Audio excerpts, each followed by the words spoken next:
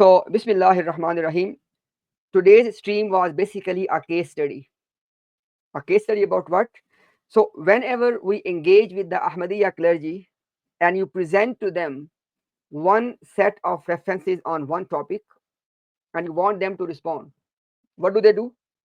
In order to respond to that, they bring another set of references saying a completely contradictory thing on that same topic and that they are calling it a response. And after quoting that, they don't realize that they are only proving that their writings are contradictory.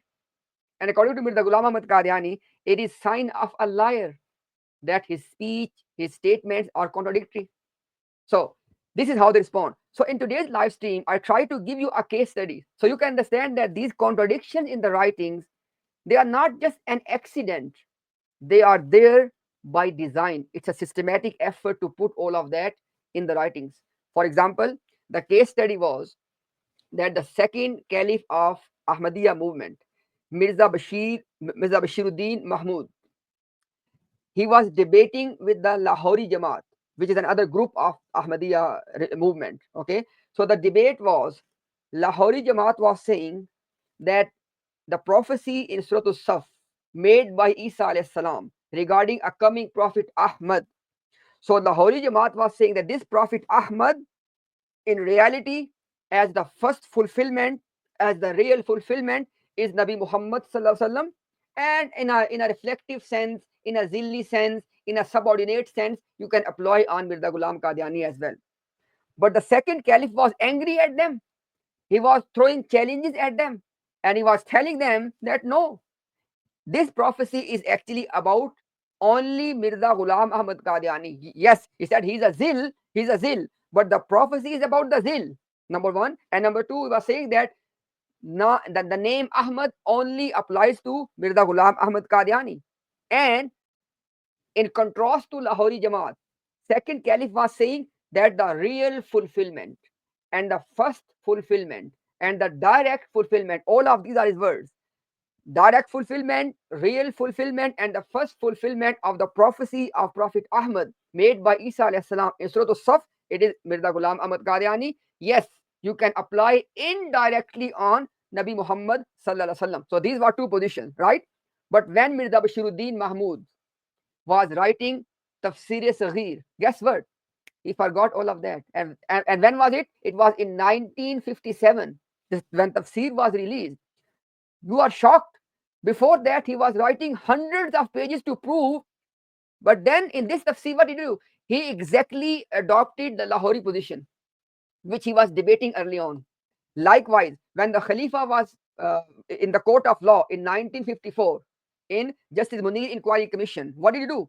He took complete U-turn and he adopted Lahori position. So nowadays, so when we present all of those writings of the second caliph, in which he is saying that no, the first fulfillment, the real fulfillment, the direct fulfillment in Mirza Ghulam Qadiani. So in response to that, what Rabbis are doing, they bring that statement from Inquiry Commission in 1954. They bring from Tafsir Saghir in 1957.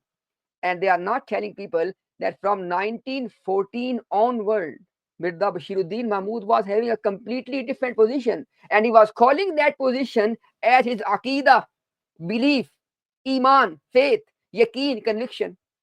So what I'm trying to say, this was a case study that it is not that by accident Khalifa has written this thing here, that no.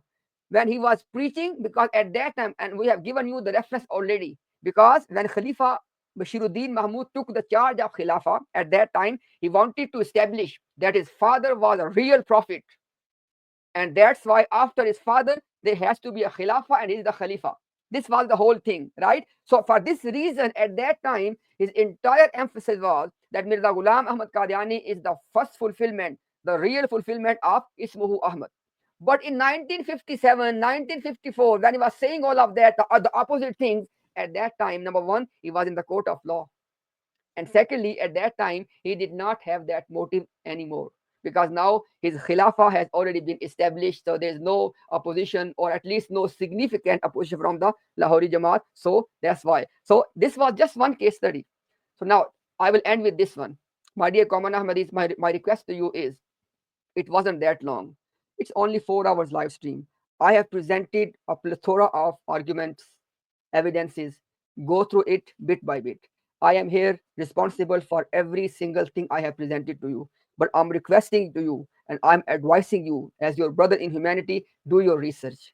If you cannot believe, please pay attention. If you cannot believe that Mirza Ghulam Ahmad Qadiani is that one messenger prophesied by Isa alayhi salam in Quran, then Ahmadiyya is not an option for you, because Ahmadiyya belief is what we have seen in the previous section. So inshallah, go through all of those sections and do your research. May Allah subhanahu wa ta'ala guide all of you. In the end, I just want to again say last two things. They are telling you that Nabi Muhammad sallam was Sifati Ahmad and Mirza Ghulam Qadiani is the Zati Ahmad. Subhanallah. There's no such thing as sifat, as attributes without the Zat. I.e., if Nabi Muhammad sallallahu alayhi wasallam was not the Zati Ahmad, he must not have the Sifat Ahmad. He must be Zat Ahmad first, and then he can have the Sifat Ahmad. And secondly, Mirza Ghulam Qadiani's real name was Ghulam Ahmad Qadiani, according to his own statement, according to the documents, according to his parents, according to the people around him, and according to the claim of Mirza Ghulam Qadiani on the basis of revelation. Then how can you claim that his name was Ahmad? How can you possibly convince somebody that forget about Ghulam, just worry about the Ahmad? It is just as saying to someone that your name is Abdullah, don't worry about the Abd. You are just Allah. So, dear Ahmadis, please watch all of these things again. Do your research. May Allah subhanahu wa ta'ala guide all of you. Inshallah, our du'as are for you. And we are always here. If any Murabbi wants to debate the issue, we are ready. If any common Ahmadi wants to research further, we are available. Assalamu alaikum wa rahmatullahi wa barakatuh.